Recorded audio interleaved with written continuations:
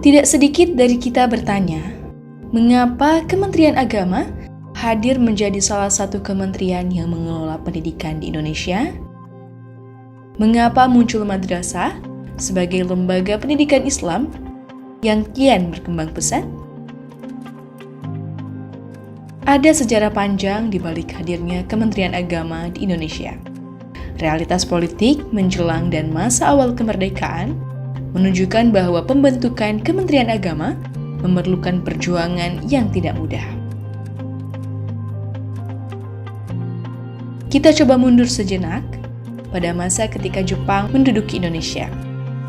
Jepang menawarkan untuk mengantarkan Indonesia menuju kemerdekaan dan meminta para pejuang bangsa Indonesia untuk membentuk BPUPKI atau Badan Penyelidik Usaha Persiapan Kemerdekaan Indonesia. BPUPKI berisikan anggota yang terbagi menjadi dua kelompok, yaitu kelompok nasionalis dan kelompok agama.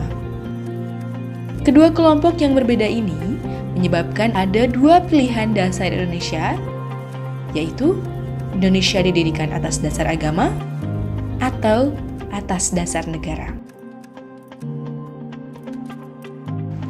Pertentangan dua kelompok besar ini makin lama makin menguat dan hampir saja deadlock di dalam BPUPKI. Akhirnya bertemulah kesepakatan antara kelompok agama dan kelompok nasionalis, yaitu Indonesia berdasarkan Pancasila dengan rumusan Piagam Jakarta yang diputuskan pada tanggal 22 Juni 1945.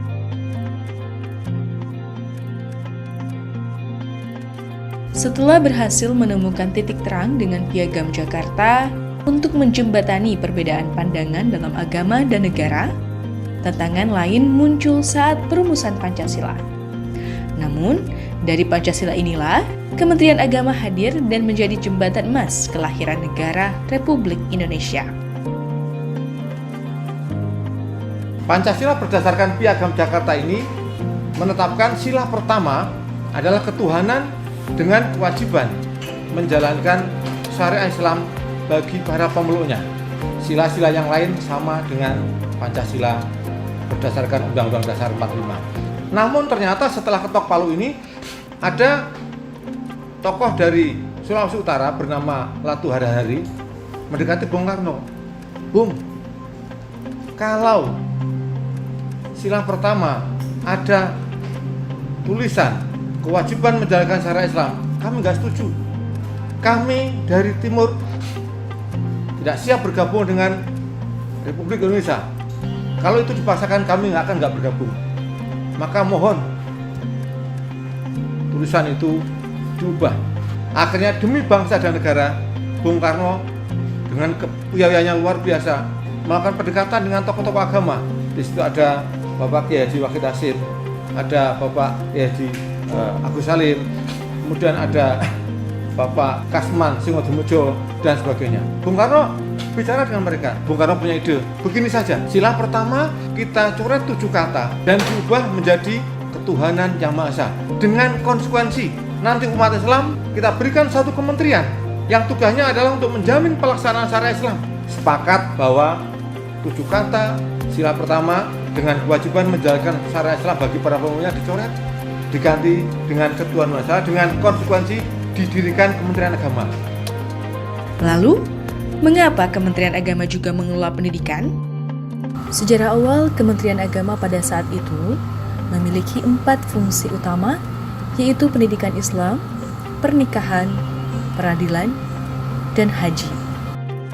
Dari situ, pendidikan Islam terbagi menjadi pendidikan madrasah dan perguruan tinggi keagamaan Islam yang berkembang hingga saat ini.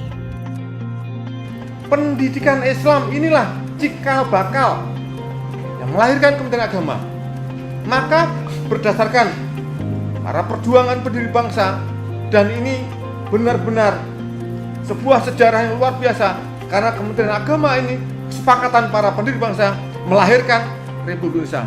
Sekali lagi, Kementerian Agama lahir menjadi jembatan emas untuk melahirkan negara kesatuan Republik Indonesia. Maka bagi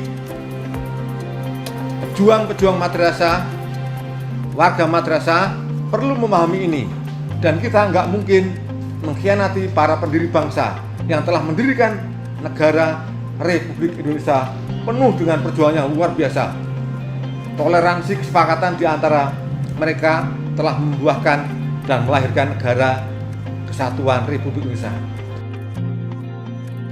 Dengan mengingat sejarah, diharapkan kita sebagai keluarga besar madrasah dapat memperkokoh perjuangan demi masa depan yang lebih baik.